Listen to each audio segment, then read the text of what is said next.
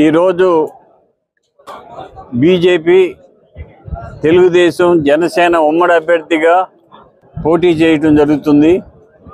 దీనిలో భాగంగా ఈరోజు పార్టీ కార్యాలయం ప్రారంభించడం జరిగింది.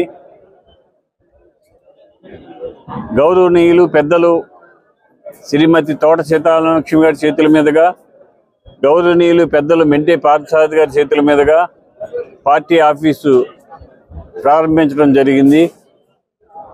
మీ అందరికీ తెలుసు, మే 13వ తారీఖున ఎలక్షన్ వస్తున్నాయి. ఎన్నికల సమరం మొదలయ్యింది. మనమందరం కూడా ఐకమత్యంతో ఉండి కూటమి అభ్యర్థులను గెలిపించవలసిన బాధ్యత మన అందరి మీద ఉంది. ఎందుకంటే ఈ రాష్ట్రం వైఎస్ఆర్సీపీ పాలనలో తీవ్రంగా నష్టపోయింది. అభివృద్ధి లేదు.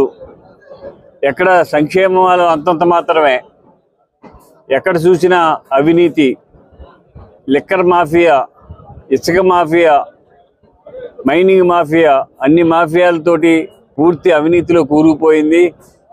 యువతకు ఉద్యోగాలు లేవు. రాష్ట్రం అప్పుల్లో కూరుకుపోయింది. ఈ రాష్ట్రాన్ని కాపాడాలంటే మరలా ఎన్డీఏ ప్రభుత్వం అధికారంలో రావాల్సిందేనో.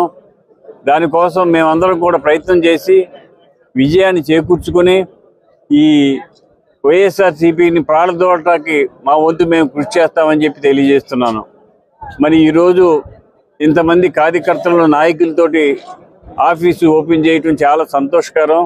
ఈ కార్యక్రమానికి విచ్చేసిన ప్రతి నాయకునికి, ప్రతి కార్యకర్తకి, ప్రతి ఒక్కరికి కూడా పేరు పేరున నా హృదయపూర్వక నమస్కారం తెలియజేస్తున్నాను.